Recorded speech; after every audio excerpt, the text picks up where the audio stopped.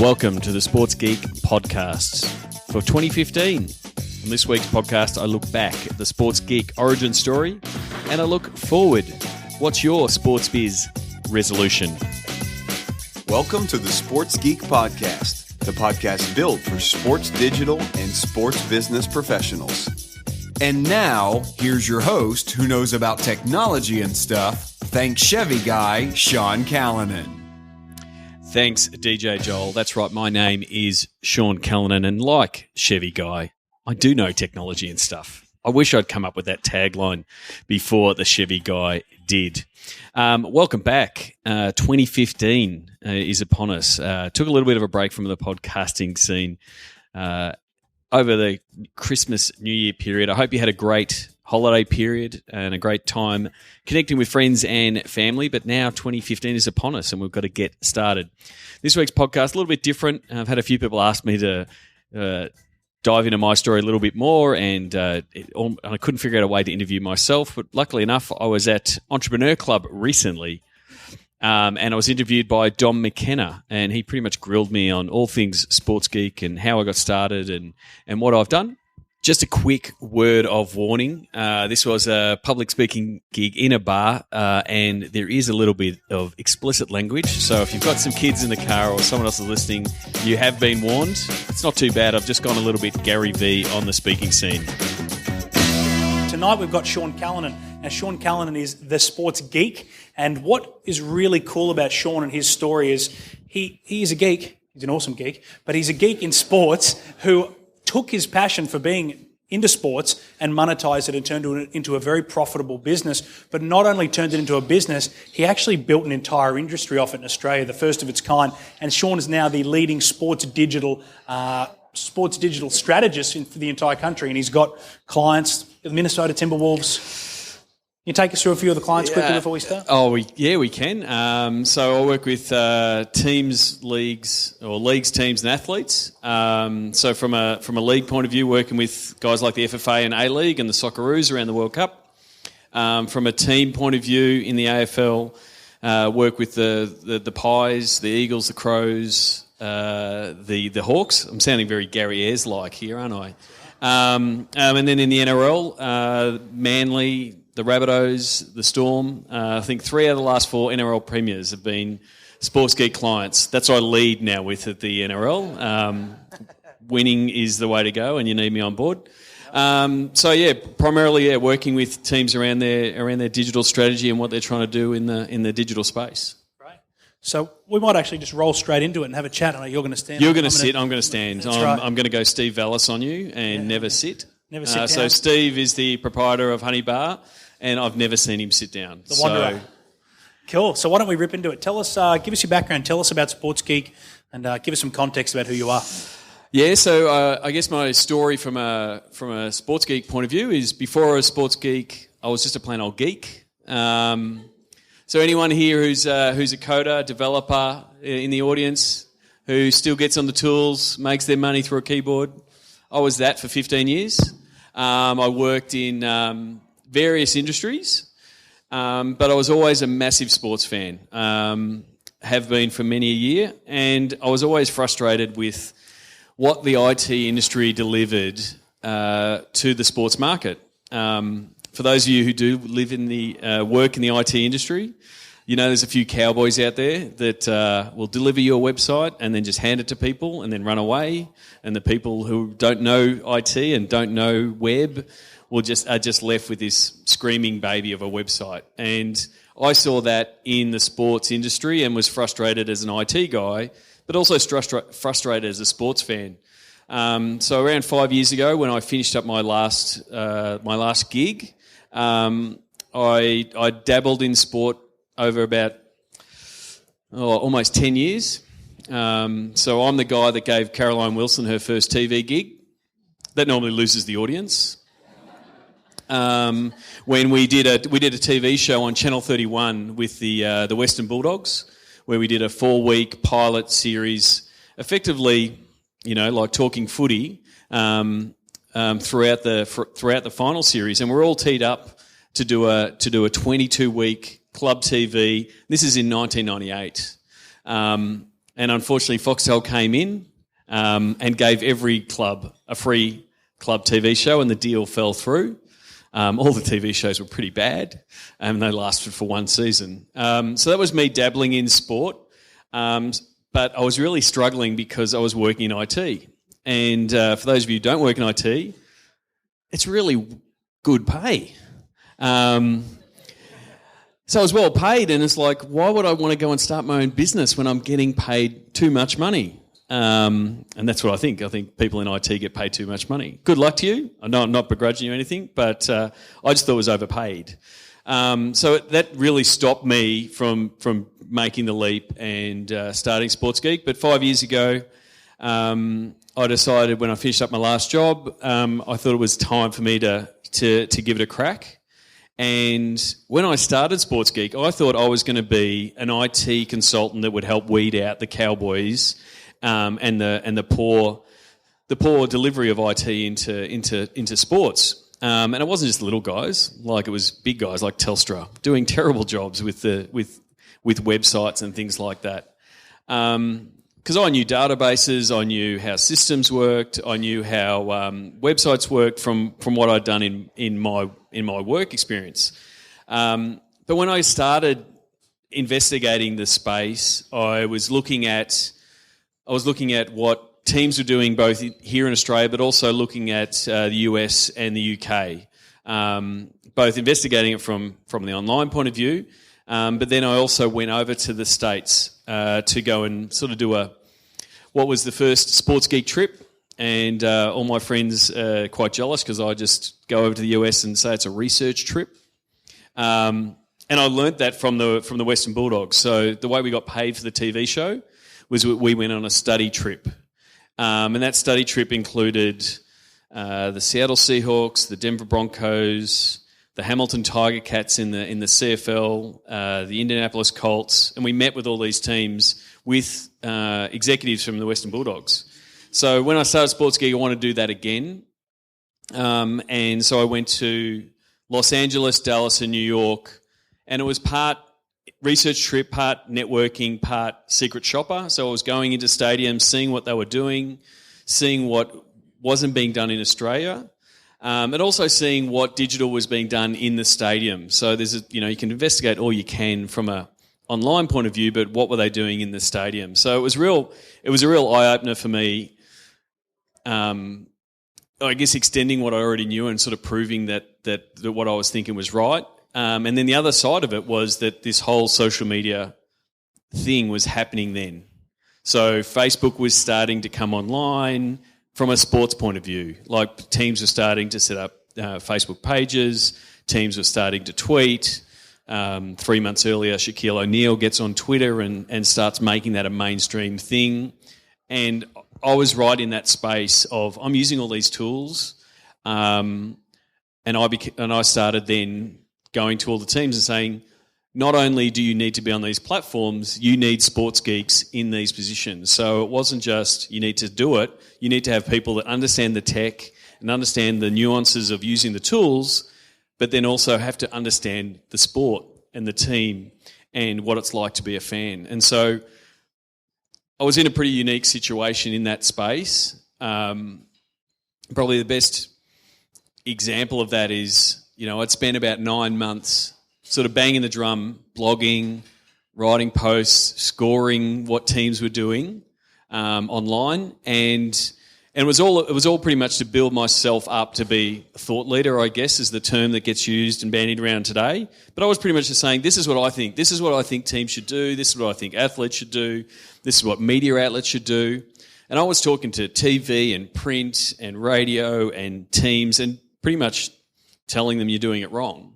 One of my first clients that I was able to secure and actually get money from, which is always great, getting a client that gives you money, was Collingwood.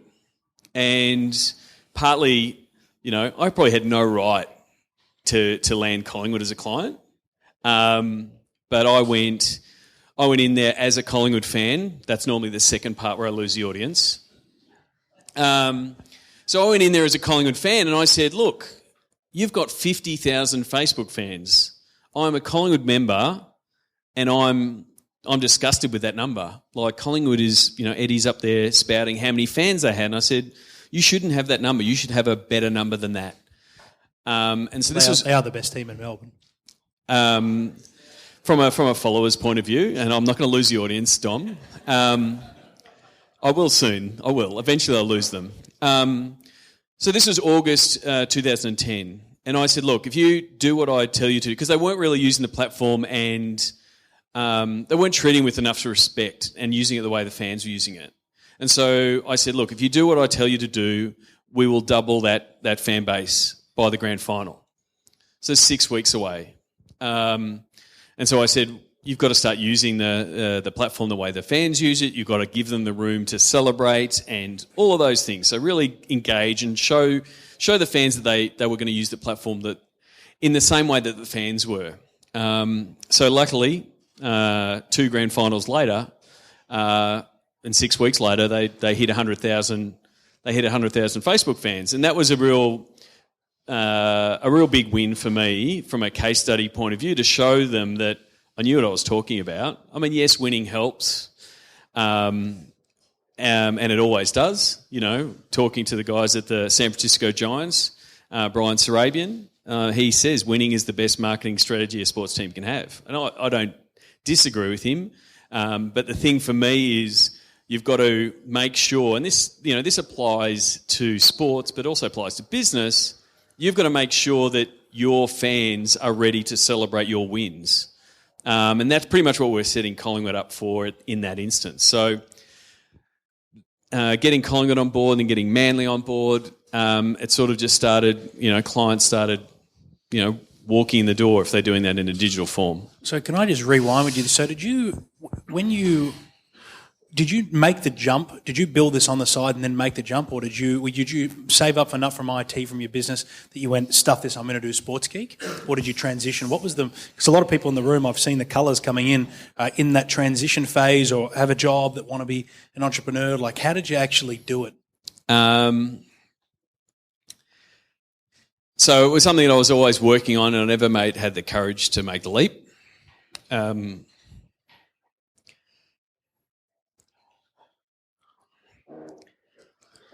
Just let me. Unfortunately, I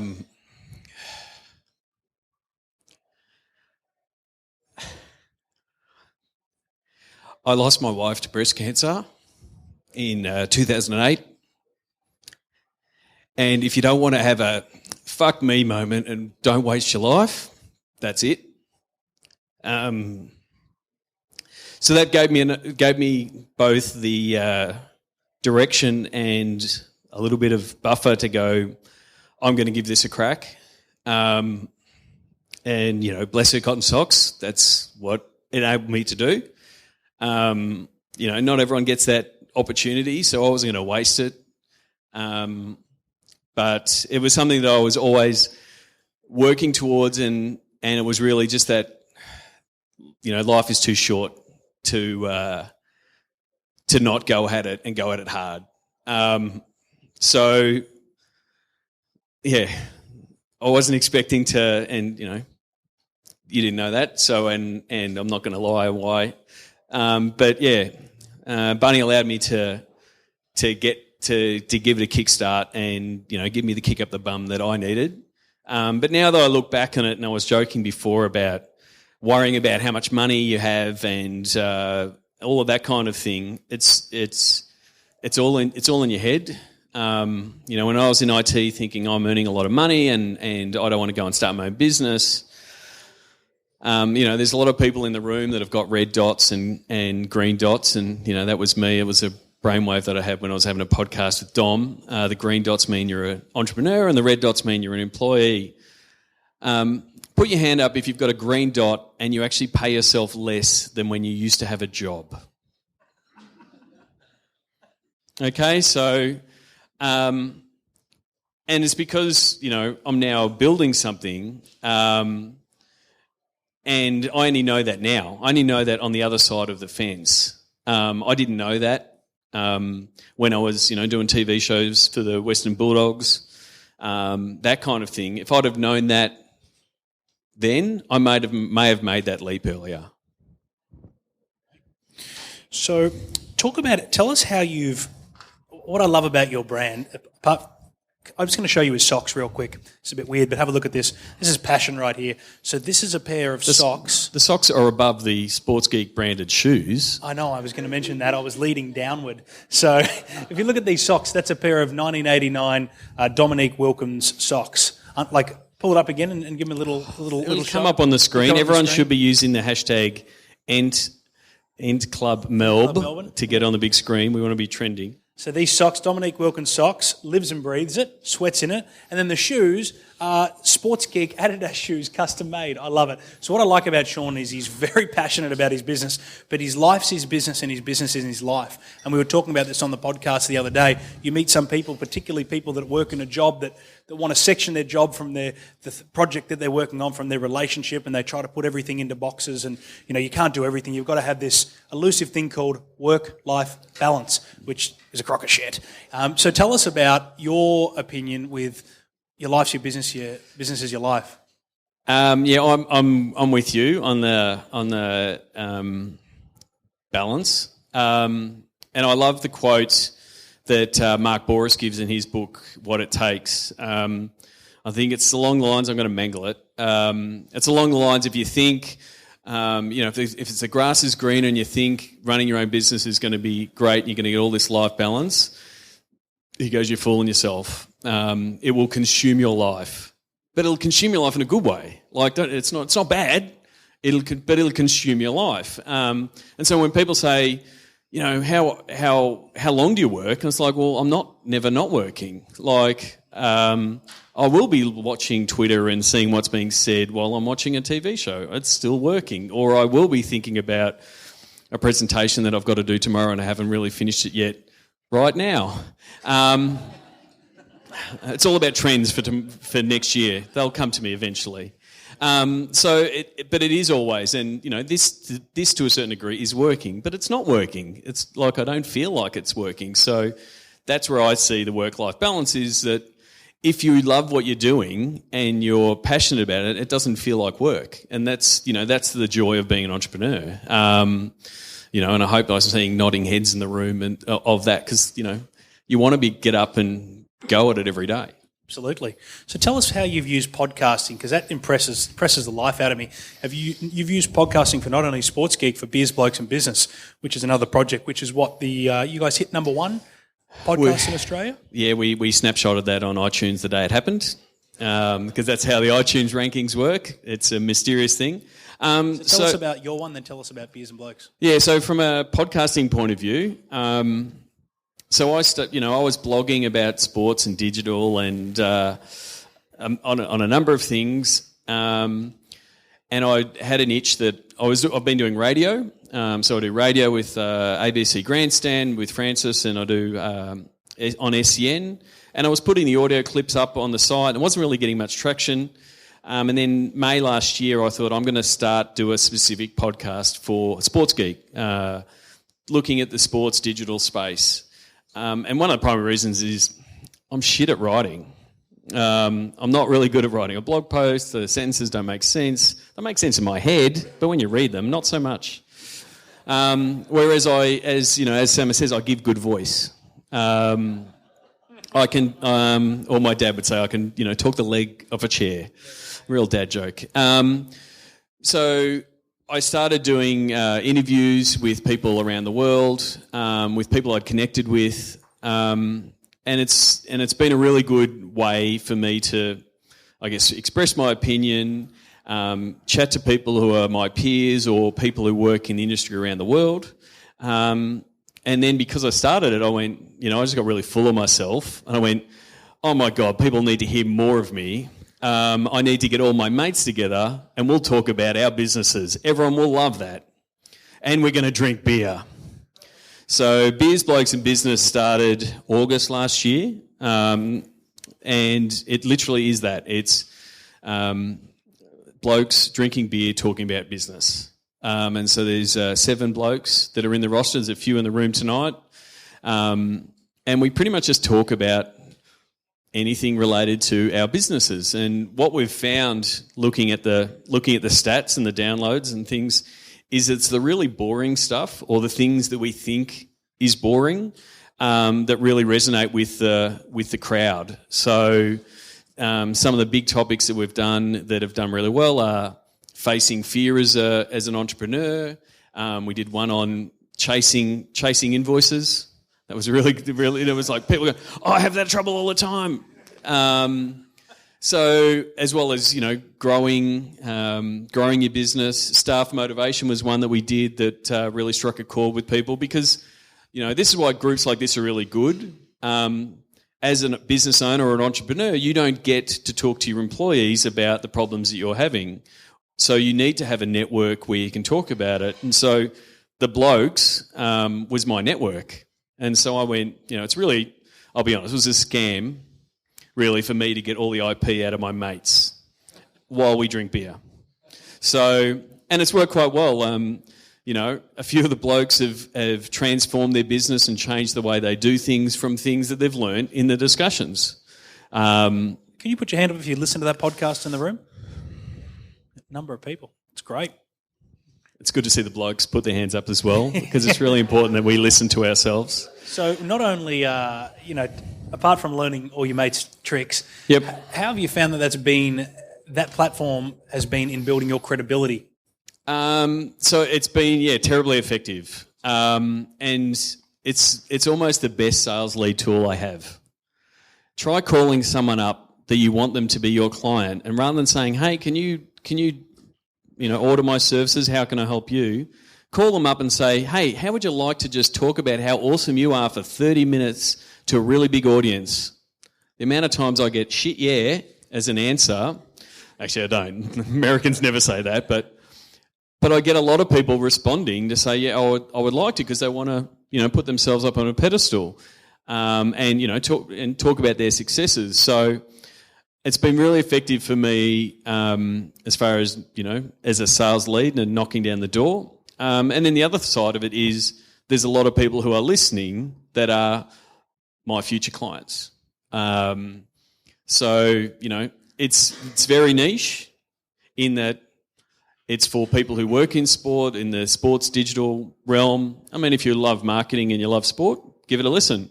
There's some really good guests. Because there's always takeaways. You can learn stuff about digital marketing from the Boston Celtics or the Portland Trail Blazers or Arsenal. And I've had all of those guys, on my podcast. But it's pretty mind-blowing when I get an email from the managing editor of Arsenal and he goes, I'm listening to the podcast, I'd make this suggestion. I'm going, holy fuck, you're from Arsenal. Why is someone from Arsenal? Like, it's really humbling. And now he's a good mate that, and he's been on the podcast a couple of times. So, like, I didn't expect it to have that reach, but it does in that people find out about it. There's, word of mouth and that kind of thing. So I have a pretty good, track record of being able to ask someone and, get them on, and same as with the blokes to say, can you just come and tell me all your secrets so I can tell everybody? It works quite well. Well, you're doing it for me right now. Works really well. Oh, it's a scam. I've got fallen for it again. So tell us about the big one. How did you nab Mark Cuban? Who here doesn't know who Mark Cuban is? So Mark Cuban is a billionaire who owns the Dallas Mavericks. He's on Shark Tank. Big shot. So tell us how you got Mark. So the way I describe Mark Cuban is Mark Cuban's a sports geek, just like me. He's just got a bit more money. And I've been using that joke for 5 years. And so to go back to my initial Sports Geek trip, so I'd been blogging for about 6 months, and I said, I'm going to do this trip. It's pretty much, I'm going to go to some baseball stadiums and basketball games. And I blogged. I said, these are the things I'm going to do. I'm going to get a photo with a couple of trophies. I'm going to see a game at Madison Square Garden, and I'm going to shoot hoops with Mark Cuban. And so Mark Cuban, owner of the Mavericks, if any of you listen to radio via the internet, you have Mark Cuban to thank. He took a microphone up to his transistor radio, as my dad would call it, and he streamed it on the internet. and he sold it to Yahoo for, I think it was about 300 million at that stage, at the top of the .com boom. And he's done quite well to turn that into $2.5 billion. What's the name of the business? Broadcast.com? Broadcast.com. And so I started hounding him. This is back in 2010. I've blogged. I'm going to go shoot hoops before a Mavs game with Mark Cuban. And he did email me back that time and said, sorry, because I tried his Mavs email and his other email, and then I found someone who told me his other email, and I emailed that. And he pretty much gave me the, go away. But he was polite. He said, sorry, I don't meet with anyone. Have a good time on your trip. That trip did coincide with me going, ended up with me holding Dirk Nowitzki's pants in the Dallas Mavs locker room via Twitter. How did you do that? How to do that? Yep. Glad you asked. Do you know who he is, everyone? Dirk Nowitzki? So Dirk Nowitzki is the Dallas Mavericks, I guess, superstar, plays for the Mavs. So part of the trip I was at LA Dodgers Stadium, tweeting away using the hashtag SportsGeekTrip, and Jill, this random follower, just started tweeting back to me saying, you should come to a game. I said, I'd love to. And then we figured out that we're both going to be in Dallas at the same time. So I went to the Dallas Mavericks-Lakers game. So Kobe Bryant and Phil Jackson were still coaching. So Kobe wasn't on a shit team like he is now. And I've turned up to the game. I've tweeted Mark Cuban and said, hey, Mark, I'm just sitting behind you. If you want to come up and say hello, more than welcome. And then I've also been communicating, and this is part of how I've built my business. I'd been communicating via Twitter and LinkedIn with Brad Main, who was the CEO of the arena. And so because I was using the networks, I'd connected with him on Twitter, then I'd send him an invite and we'd connect him. We've been having emails backwards and forwards about trying to meet, to get a tour of the facility, all of that kind of stuff. But I hadn't connected with him. So I've turned up to the game and I've already organised to meet up with Jill, my new Twitter friend that we'd started tweeting at the Dodgers. And she said, okay, we'll meet at halftime of the Mavs-Lakers games. I said, cool. So I'm in my seats talking to my mate Joe next to me. And I'm travelling by myself, trying to meet all these things, meet all these people and things like that. And then I hear, Sean, there's Brad Main, the CEO of the arena, standing next to me. He goes, come up to the suite. And, I've gone, sweet. Joe's gone next to me and goes, they're going to have food in there. So I was in a bit of a dilemma because I'm meant to meet Jill. What do you do? Go up to the suite, or go see Jill? So what would you do, really? So I've gone up to the suite. And Brad is introducing me to all the people in the... he goes, here you go, Sean. We've got some Fosters on ice for you. I've gone, thanks, Brad. I'll be very polite. I'll drink them all, but Australians don't drink Fosters. And then he introduced me to all the people in the suite. One of those people was Jill. Jill, who tweeted with me 3 days earlier, she was in the corporate suite going, Brad, you got to get this guy, Sports Geek, up here. He's doing a tour. He's got all these people. I didn't have people. Didn't have any people. And so that's how I've gone into the suite, watched Dirk Nowitzki score his 20,000 NBA point, and then the next night I came back to watch the hockey, and Brad gave me a tour during the game, and he goes, oh, come in here. And then we're in the Mavs locker room. He goes, here, hold these. So I've got a picture of me holding Dirk Nowitzki's pants the day after he scored his 20,000 NBA point. So that's the story. Good story. So, but I guess that's the long tail story of how did I get Mark Cuban, which we're getting back to. So what was Jill like? Jill? Yeah. So Jill ran, and this is what you don't know when you're connecting with people, either these events are online. Jill said, her Twitter bio said, fun-loving girl who's into fundraising. I think that was her title, her bio. And I was just pretty much connecting and talking to anyone. That's what Twitter was like back in the day. You talk to everybody. It doesn't happen so much now. There's so many people there. But her fundraising was fundraising for stadiums to raise more money to build more facilities. So everyone in that super box ran a stadium. So there was people from the Philadelphia Spectrum, there was people from LA, because they were there for meetings and Brad was on the board. So it was completely, fortuitous. And I'm still, I still chat with Jill. We're still connected on LinkedIn. And last time I was in San Diego, I caught up with her. So you just never know where these connections come from. So fast forward 4 years or 5 years almost. Been following Mark Cuban, and he's always been the big shark. He's a guy that I want to talk to. He's a guy that I would want on the podcast. But I was never one that I was never going to push in my chips too early. I was never going to say, I want to interview on my radio show when I wanted the biggest bang. And so he started doing Shark Tank. I watched Shark Tank. And then he started his app called Cyberdust. So his app, has anyone heard of Cyberdust? I'm going to give it a plug anyway. So Cyberdust is it's a WhatsApp for adults. It's probably the best way to put it. It's all about you send a message, it gets destroyed, no one can see it, no one can snapshot it. And so Mark, I knew his story behind why he developed it. He was the founder, or he's the guy that's pumping the money into it, is probably a better way of putting it. He was chased by the SEC for insider trading. They pretty much took his texts and went, those texts look like someone who does insider trading, therefore you must be an inside trader. And he went, bullshit. He got off on all the charges, but he's become very paranoid about privacy and what he sends out. Because, if I send you a text, you own it. You can do whatever you want with it. Hey, look what Sean sent me.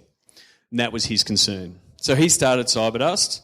So I got on Cyberdust, and it's a real, if there's any new platforms out there that, the earlier that you can be on there, the better, because you can connect with people in this uncluttered environment. So I got on Cyberdust, quite early. This is only a couple of months ago, and he's sending out quotes of the day, inspirational stuff, the usual, entrepreneurs are great, which I love, right? But he's sending it out every day to try to inspire.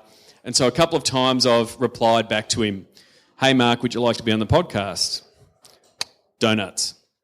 And then a couple of weeks ago now, he put out a message, similar stuff. And I replied to him and said, hey, Mark, I work with a lot of sports teams. How can sports teams use your product? Because I knew the Mavs are using it as an example.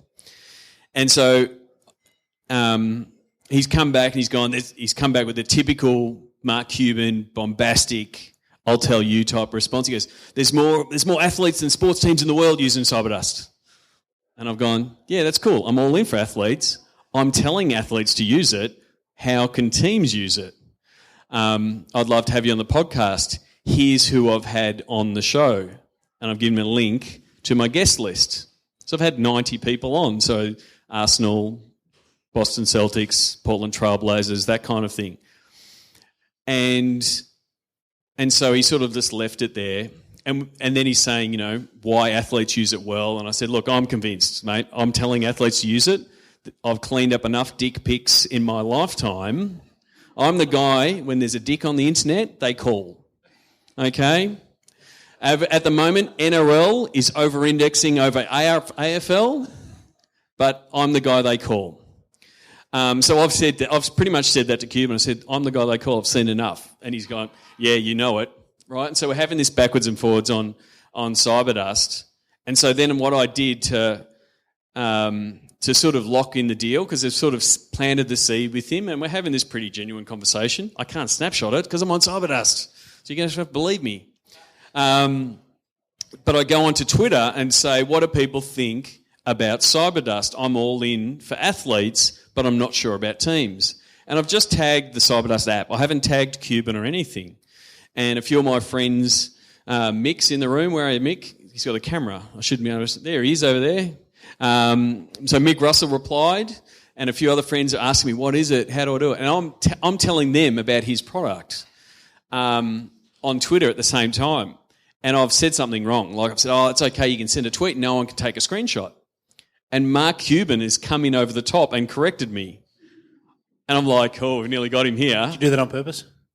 Did I do it on purpose? Yeah. Of course I did it on purpose. But I hadn't tagged him because a couple of weeks earlier he'd retweeted me when I'd given him one of his quotes. So he was sort of getting close and getting close. I'd lined up guys like Mick and said, get ready, just start just start mentioning that he should come on the podcast. And then I open up Cyberdust. He says, cool, just sign up for your newsletter. Send me an email and we'll set up a time. I'm like... so I had to send all these DMs. Don't tweet him now. Don't tweet him. I've got him. It's cool. So I sent him an email. And the thing is, I had his email. Like, I didn't need his email. I wanted his permission. So, I had his email from last time he emailed me back. So if you want to email Mark Cuban, mcuban@gmail.com. Now, doesn't mean he's going to open it or reply.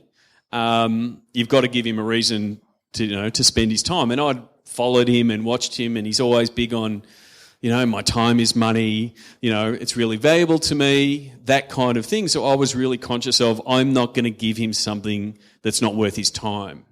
So I had a pretty good value proposition to say, I'm going to talk up your product. I've got an audience of people that want to hear about your product. Do you want to come on? So we had a bit of backwards and forwards. I said, here you go, pick a time. I use a tool called Time Trade, which is really good. You just click a button and book it in. And he goes, I don't know when I am, where I am. Talk to my VA. I said, that's cool. We've got, 20 minutes, 30 minutes to be great. He goes, no, it's okay, Sean. We'll do an hour. So I was lucky enough through my connections with the ABC. I was able to go into the studio next to John Fain, record it there. So there was no issues. And we had, a really cool conversation. And I guess that's the part that's really important to me when I'm doing a podcast is, yes, I'm interviewing them, but I also want to make sure that people are listening know that I'm not just interviewing them, that I can give my opinion. So the first couple of questions are really critical when I'm talking to someone like Mark Cuban to go, they sort of go, hang on, this Aussie guy knows what he's talking about. And after that, we were able to go anywhere. So we talked about, we talked about Cyberdust, we talked about Expire, we talked about his experiences on Shark Tank, we talked about the changing landscape of the NBA ownership, we talked about, what he looks for in, investing in products and stuff like that. So, and I was pretty happy. I got all my plugs in for all the stuff that I wanted to get in all the way through. And I'm hoping that he's going to be, come to a Seek conference next year in San Francisco. Great. Good lead-in. Very, very well done. So we'll talk about Seek conference, but tell me, have you used that now? Because that's a real winner. Like, you can open any door with a Mark Cuban interview. Have you pulled on any clients? Have you got any clients in the pipeline as a result of that? Actually, the funny thing is I followed up the Mark Cuban interview with an interview with Brad Main. So Brad, if we wind back to the story, it's all weaves together. Brad was the CEO of American Airlines Centre all that time ago, and I thought, it's a nice little closure of the story. So Brad now is the CEO of MetLife Stadium, where the Giants and the Jets play in New York. And it's actually funny that podcast landed me the NRL because they're looking at stadiums and stuff. So, the Cuban interview helps land interviews a little bit quicker. You may have listened to a podcast with Mark Cuban. It's also helped downloads and just general awareness of the podcast. So we did 10,000 downloads last month, and so that was a really big jump. And it hasn't gone away, but it was sort of growing from about episode 50. So it's sort of it's a case study in persistence. It's like plugging away, and then for some reason, episode 50, the downloads start going up. Now, Dave Burtonshaw at the Adelaide Crows is trying to claim the credit for that because he was on episode 50, but I think it's a combination of, really good guests, long time, and then the marketing that I did around Seek conference in Miami this year. Well, that's no different to this thing, the Entrepreneur Club. We did 3 years, and we were last March 2013, we had 1,300 members, and now we've got, I think, 4,900. And that's in I can't even count properly, but that's in a very short time. But it's actually not the last year. It's the compound effect of the last 3 years. And let's lead into the thing before we talk about the Seek conference and finish up. Tell me about how important is the hustle for an entrepreneur? Because there's a lot of people here that want to be entrepreneurs, not entrepreneurs, but people who actually want to be and have the desire. And how important is the hustle? Because marketing's sexy, social media is sexy, but If you heard his story, he talked about how long it took him to land Mark Cuban and that persistence and consistency on it. How important is that? It's very important, and I'm very mindful of, first of all, empty glasses. I'm not offended if you go up and get a beer. I encourage it because there's a really good podcast by the man who owns the bar on hustle. And it was smooth. It was the best segue. I'm very good at a segue. Hustle. You've just got to. It's got to be all the time. And the Cuban one for me is like I knew I wanted to get him, but I didn't. I wasn't going to waste my shot with him. Not that I didn't think I only had one shot, but I wanted to set up all the things. So. Like I do say a lot now, I've got a podcast for that,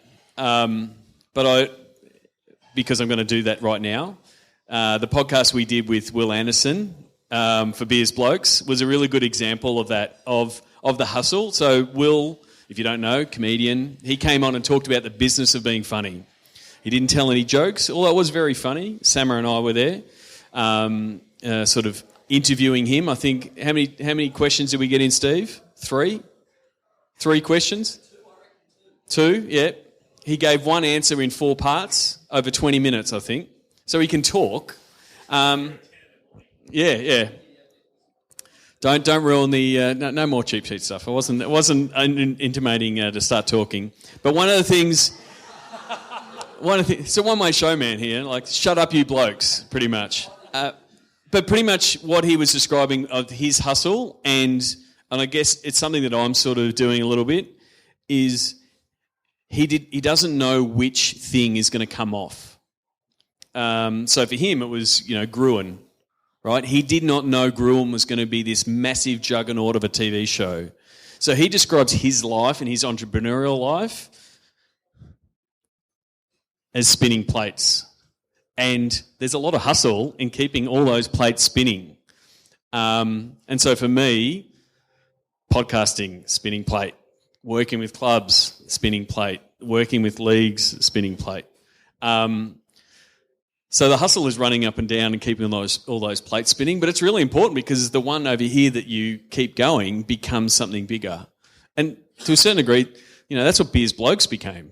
Like, I just thought, we'll have a chat and see what happens. And then when you release it and it's in the top 10 of business podcasts, it's like, hang on, we're guys drinking beer.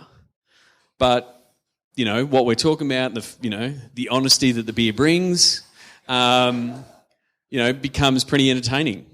So, hustle's super important.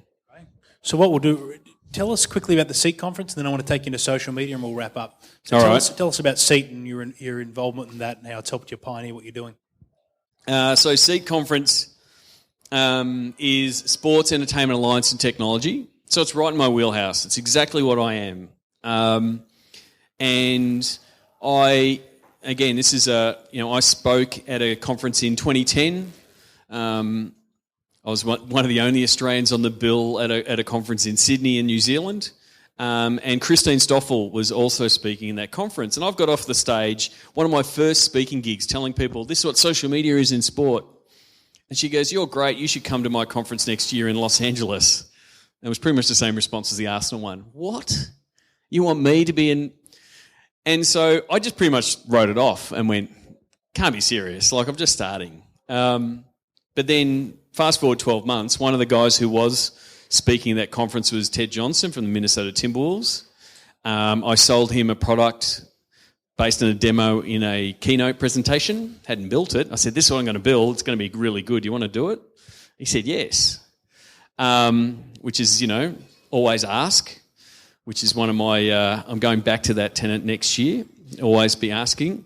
And so I was already in the US for the NBA draft in 2011 and realised, and I started getting emails from Christine saying, SEAT conference in LA 2011. I'm like, I'm going to be there around the same time. So I said, hey Christine, so do you want me to speak? Because you said you wanted me last year. And she said, of course. So since that time, I now curate. So that conference had 120 people in LA. and now I've helped build out 2 more tracks. There's a track for digital and a track for CRM, and I curate the digital track.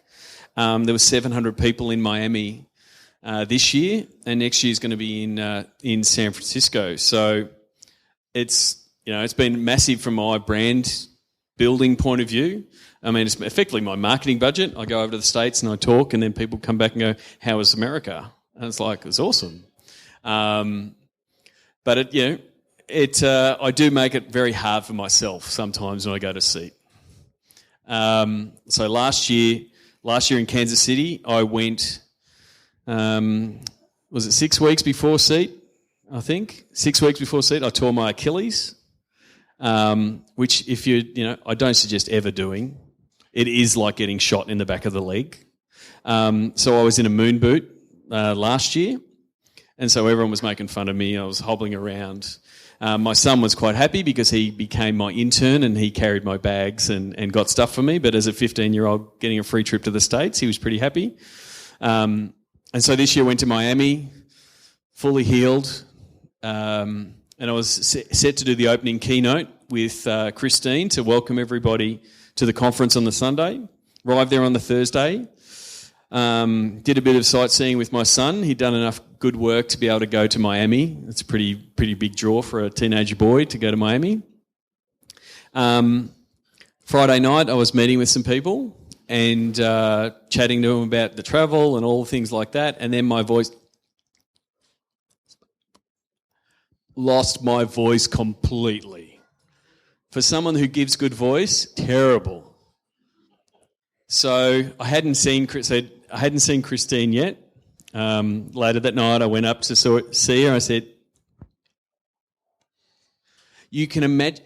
One thing is, when you lose your voice, it's amazing how many people talk louder to you. I'm like, hearing's okay, just can't talk. So I spent 36 hours not talking to try to get my voice back. But I was in a dilemma because I was set up to co-present the welcome address, and I ended up doing it without speaking. So you can check out the slides on LinkedIn. I built some slides.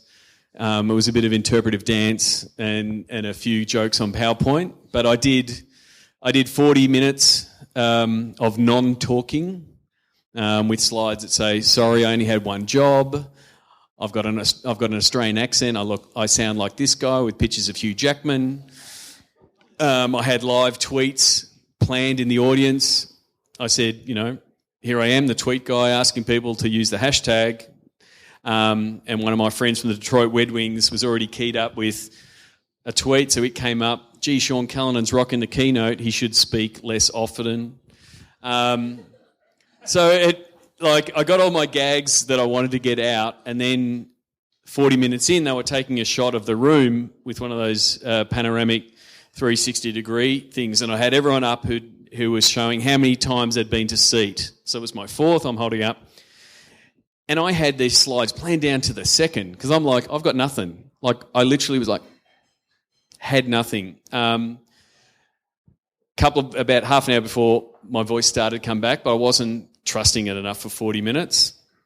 And the guy goes, "It's going to take me 3 minutes to take the photo."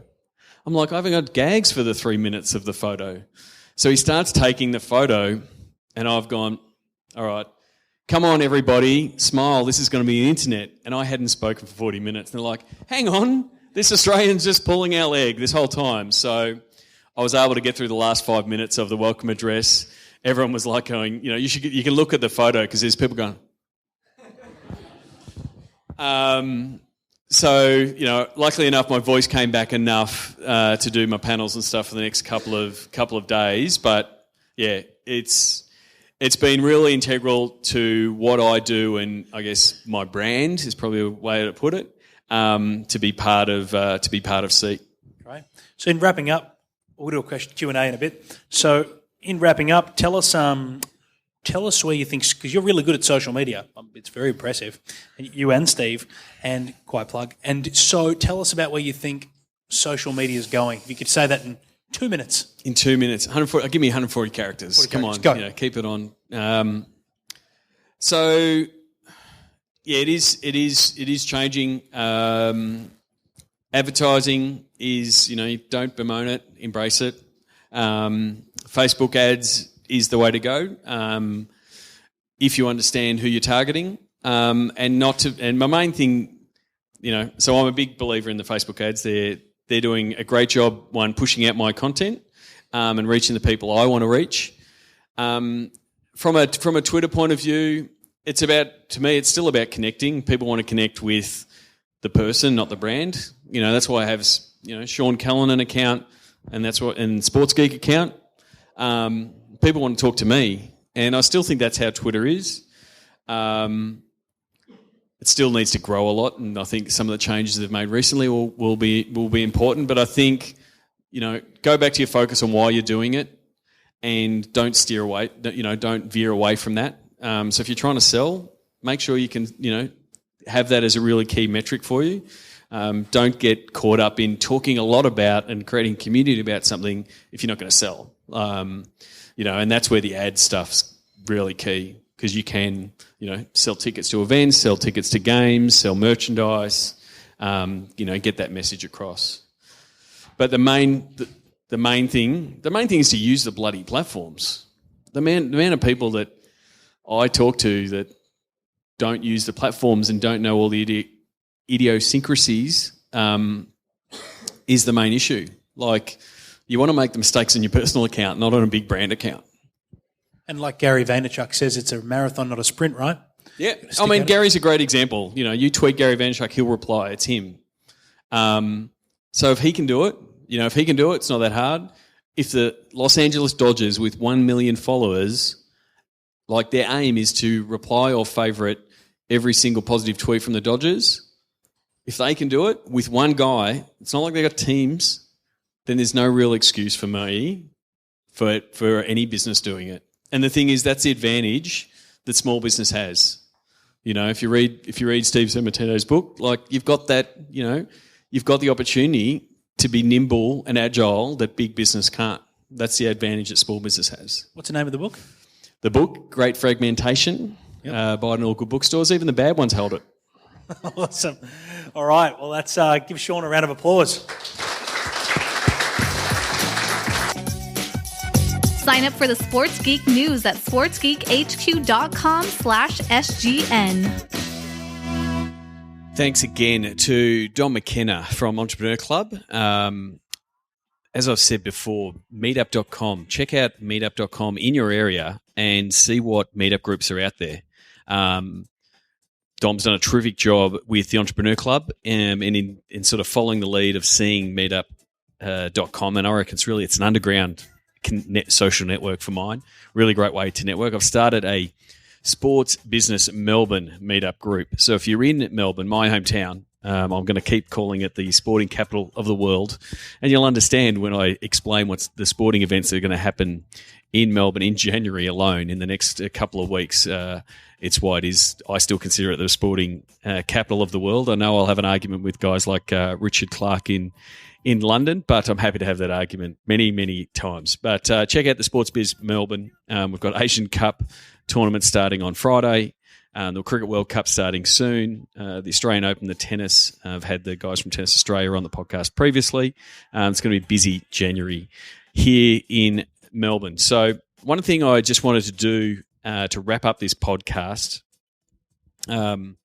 is to sort of dive into what Russell Scobetti did with his hashtag Tuesday. He started a hashtag SportsBiz resolution and got people to tweet in their sports business resolution, what they're going to try to achieve in sports. For mine, I ended up stealing inspiration, I guess is a good way of putting it, from a good friend, Oscar Ugaz, who presented at SEAT in Miami and presented the opportunity that digital offers in terms of revenue in sports. And he showed the pie graph with ticketing, TV and sponsorship pretty much taking a third of the revenue that's coming into sports, and digital being this tiny little sliver.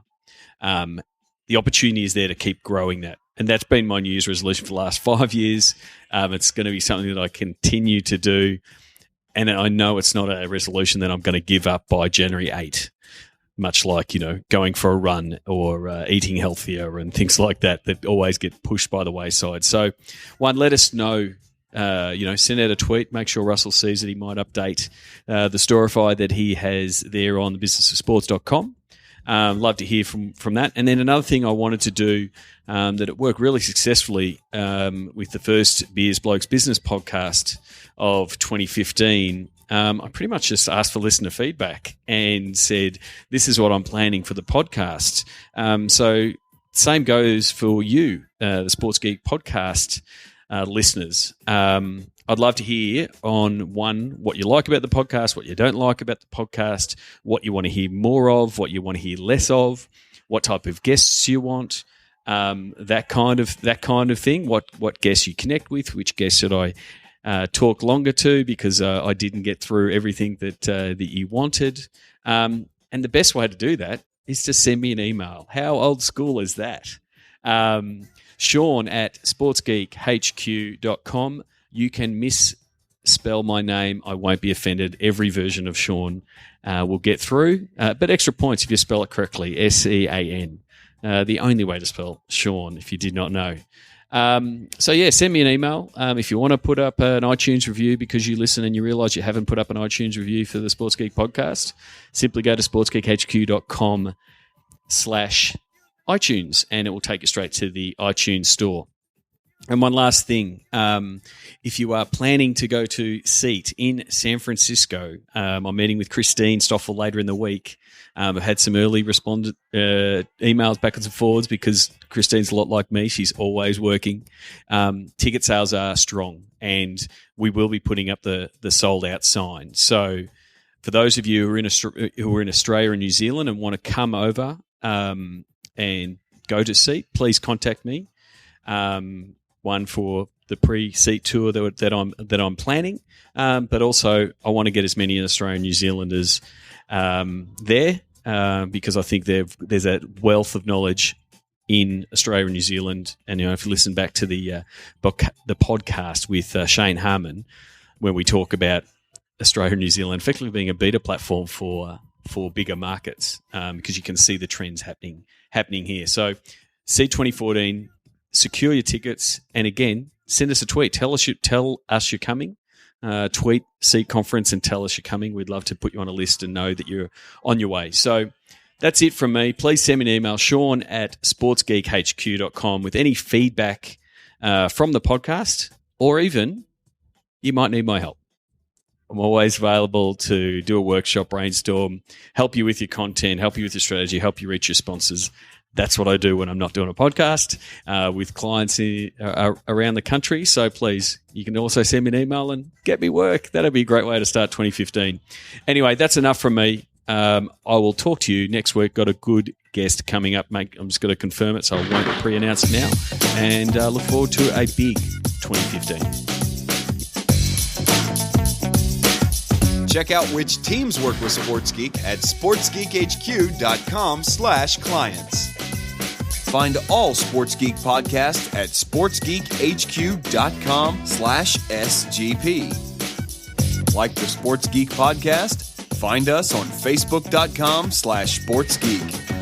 Thanks for listening to the Sports Geek podcast.